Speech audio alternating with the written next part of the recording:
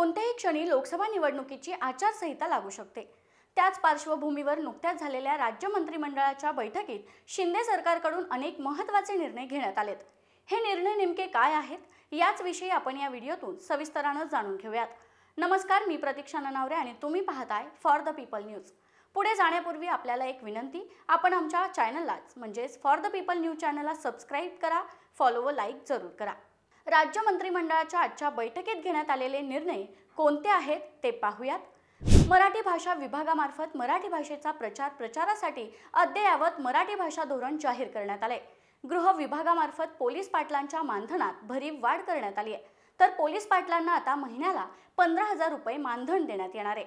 सामान्य प्रशासन विभागामार्फत अहमदनगर शहराचे नामकरण पुण्यश्लोक अहिल्यादेवी नगर करण्यास मान्यता मिळाली आहे। नगर विकास विभागामार्फत केंद्राच्या सहाय्याने लहान शहरांमध्ये अग्निशमन सेवा बळकट करणार असल्याची ग्वाही देण्यात आली आहे, तर राज्याच्या 153 कोटी रुपयांच्या हिश्श्याला मान्यता देण्यात आली आहे।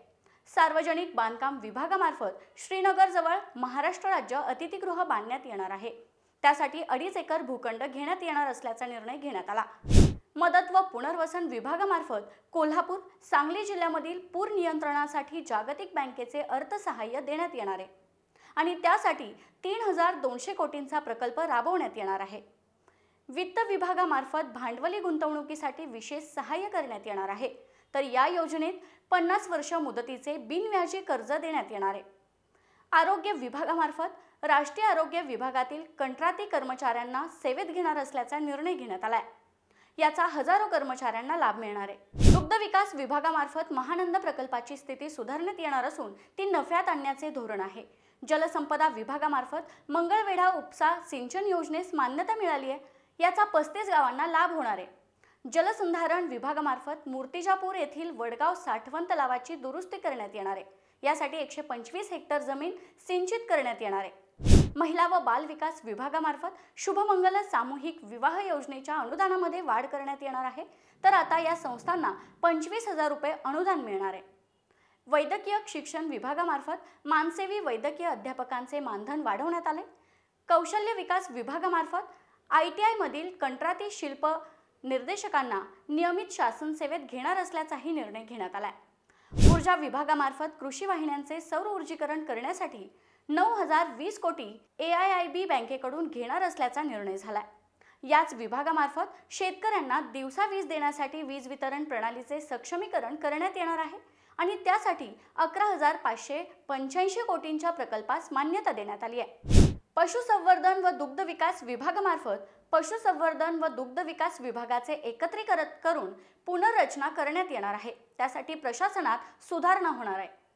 महसूल विभागामार्फत पुणे जिल्ह्यातील वेल्हे तालुक्याचे नाव आता राजगड करण्यास मान्यता देण्यात आली आहे। वैद्यकीय शिक्षण विभागामार्फत म्हसळा तालुक्यात शासकीय युनानी महाविद्यालय व रुग्णालय सुरू करण्यात येणार आहे, त्यामुळे युनानी उपचार प्रणालीला प्रोत्साहन मिळणार आहे।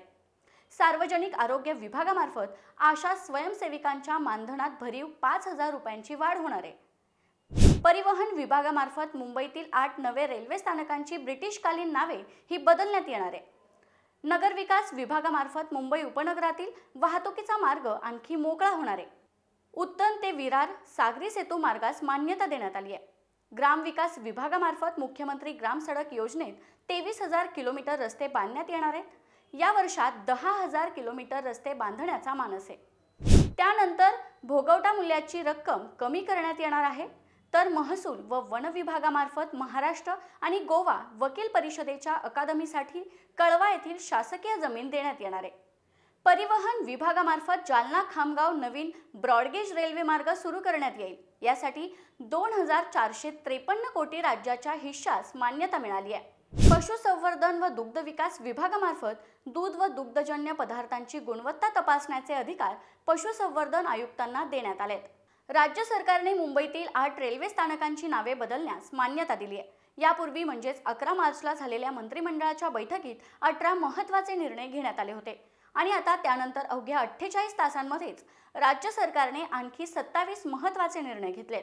लोकसभा निवडणुकीच्या पार्श्वभूमीवर राज्य सरकारने घेतलेल्या या निर्णयाविषयी तुम्हाला काय वाटतं ते व्हिडिओच्या खालील कमेंट बॉक्समध्ये लिहून सांगा। व्हिडिओ आवडल्यास लाईक करा। आमचे नवनवीन व्हिडिओज पाहण्यासाठी फॉर द पीपल न्यूज चॅनलला YouTube व फेसबुकवर सबस्क्राईब व फॉलो जरूर करा। धन्यवाद।